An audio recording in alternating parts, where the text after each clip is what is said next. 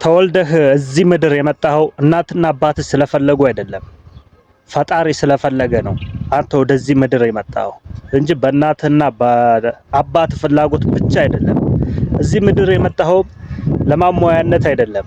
እዚህ ምድር የመጣኸው የራስህን አሻራ እንድታሳርፍ ነው። የራስህን ማንነት አውቀህ የሆነ ለሰው የሚተርፍ ነገር እንድታበረክት ነው እዚህ ምድር የመጣኸው ማለት ነው።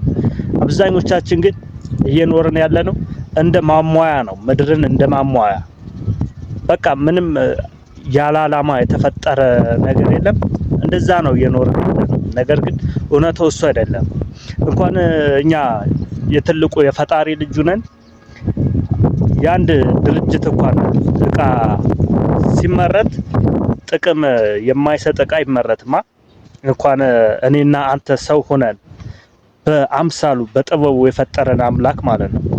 ስለዚህ ምን ጊዜም በቃ ለራስ ቦታ መስጠት አለብን። ለራስህ የሆነ ነገር በቃ እኔ እዚህ የመጣሁት የሆነ ነገር ለሰዎች ማበረከት ነው።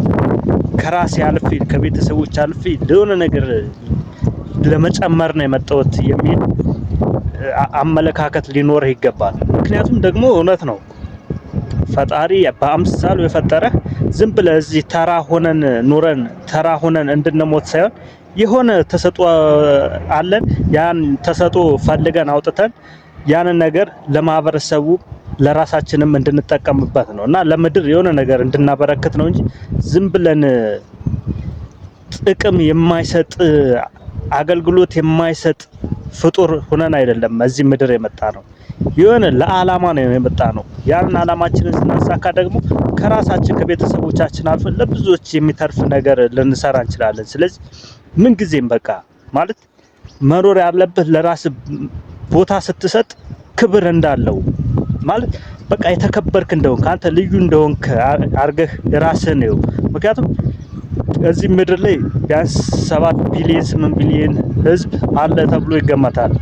ከ7 ቢሊዮን ከ8 ቢሊዮን ህዝብ አንተን የሚተካህ አንድ እንኳን የለም። ስለዚህ አንተ ድንቅ ነህ፣ አንተ ልዩ ነህ፣ አንተ በምንም አትተካም። ስለዚህ እዚህ ምድር የመጣው አንተ አንድ ሆነህ ነው። እናም አንተን የሚተካህ ሰው የለም። ስለዚህ እዚህ ምድር ድንቅ አድርጎ ስለፈጠረህ የሆነ ነገር የሆነ ችሎታ አለ። ያንን ችሎታን አውጥተህ መጠቀም አለብህ። ነገር ግን ብዙ ጊዜ ከውጭ ያለውን አይተን ወደ ውስጥ ስለምናስገባው ከውጭ ወደ ውስጥ ስንኖር ብዙ ምንም ጥቅም እንደሌለን ምንም እንደማንረባ ራሳችንን እንመለከትና ለራሳችን ቦታ አንሰጠውም። ነገር ግን ከውስጥ ወደ ውጭ ኖረን በቃ የውጭን ዓለም አሁን ረስተህ ከውስጥ የምትፈልገውን አይነት ህይወት መኖር የምትፈልገውን አይነት ነገር ገንብተህ ከውስጥ ወደ ውጭ ስትኖር ከጊዜ በኋላ ከውስጥ ወደ ውጭ ስትኖር የራሱ ከውስጥ የሞላው ነገር ወደ ላይ እንድትወጣ ያደርጋል ነው ማለት ነው። ልክ ፊኛን ንፋስ ወደ ላይ እንዲወጣ እንደሚያደርገው ሁሉ አንተም ከውስጥ የሞላው ነገር አንድ ቀን አጉልቶ ወደ ላይ እንድትወጣ ያደርጋል ማለት ነው። ስለዚህ በቃ አንተ ጥቅም አለህ። አንተ እዚህ ምድር የመጣው ለዓላማ ነው። እኔና አንተ የመጣ ነው ብታውቅም ባታውቅም ለሆነ ዓላማ ነው። የሆነ ነገር ለማሳካት የሆነ ነገር ለመጨመር ነው እዚህ ምድር የመጣ ነው። ስለዚህ በቃ ዋጋ እንዳለው በቃ ተፈላጊ እንደሆነ ሰው ራስን ማየት አለብህ። ግልጽ ነው። አሁን ገንዘብ ላይኖር ይችላል።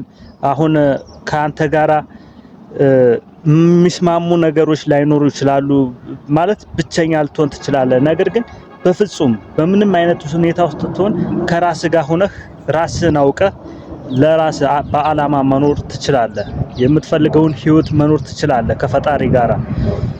ግዴታ አጨብጫቢ መኖር የለበትም። ምን ጊዜ በቃ ሰው ከሚረዳ ካለ አለ ከሌለ ብቻ ነው ማለት ከፈጣሪ ጋራ የምትፈልገውን ህይወት መኖር ትችላለህ። ስለዚህ ትርጉም ያለው ሰው ነህ አንተ። በቃ እዚህ ያለው ለዓላማ ነው። አንተ ጠቃሚ ሰው ነህ።